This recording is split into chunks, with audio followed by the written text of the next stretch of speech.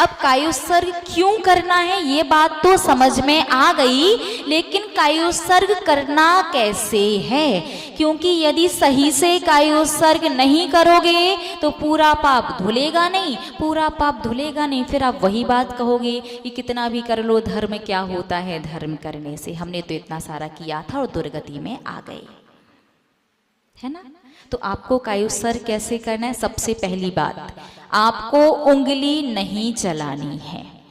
दिन भर के कायोत्सर्ग में आप कुछ भी करो, उंगली चलाओ, हिलो, मुंह से बोलो, कुछ भी कर लो, लेकिन रात्रि में सोने से पहले और प्रातःकाल जगने के बाद जो कायोत्सर्ग करना है उसमें उंगली नहीं चलानी है। मन में काउंट करो, 1-2 मन में कर सकते, एक कायोत्सर्ग ही तो काउंट कर, 9 बार इजीली हो सकता है।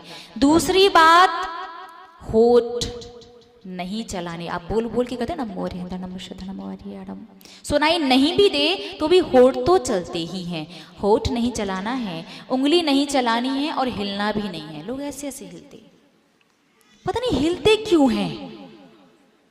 आपको पता है शास्त्र सभा में भगवान के अभिषेक पूजन करते समय, कायोत्सर्ग करते समय, धर्म करते समय हिलने से क्या होता है? वास्तु शास्त्र के अनुसार हिलना अशुभ कहलाता है। नहीं, और शुभ भी है, लेकिन अलग अलग प्रकार से होता है। यदि आप अर्घ चढ़ाते समय, आप पूजन करते समय, आप कलश को हाथ में लेकर के जब ऐसे हिलते ना, हाथ को ऐसे हिलाते हैं, तो इससे क्या होता है? शुभ पुण्य वर्गणाओं का पिंड बन करके तैयार हो जाता है, वो आपके अंदर समाहित होकर के आपके कार्यों को निर्बाध रूप से बनाता है। और जब आप ऐसे ऐसे हिलते ना, धर्म करते समय हिलते ना, बहुत से लोग आगे पीछे हिलते हैं, बहुत से लोग पैरों को हिलाते हैं, बहुत से लोग उंगलियों को चटकाते हैं, तो वो लोग करते हैं अशुभ कर्म का पिंड तैयार।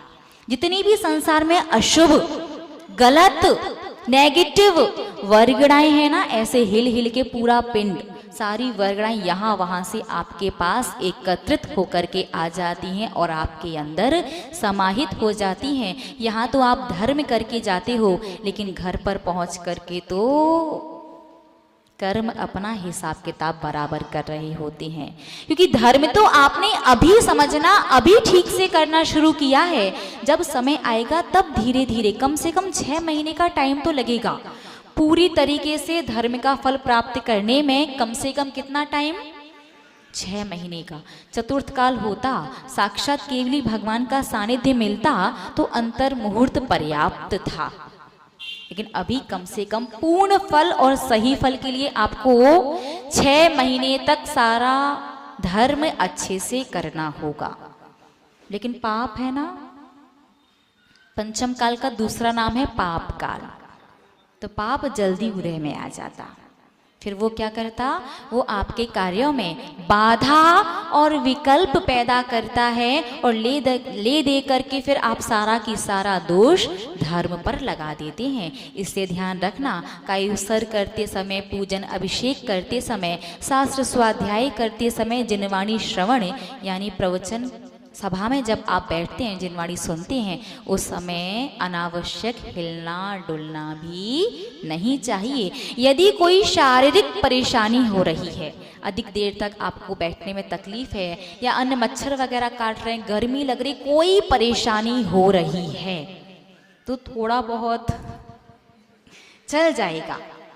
लेकिन कोई परेशानी नहीं हो रही, बहुत से आदत के वश काम करते हैं ना, बैठे बैठे उन्हें कुछ नहीं तो उंगली चटकाने से मतलब है,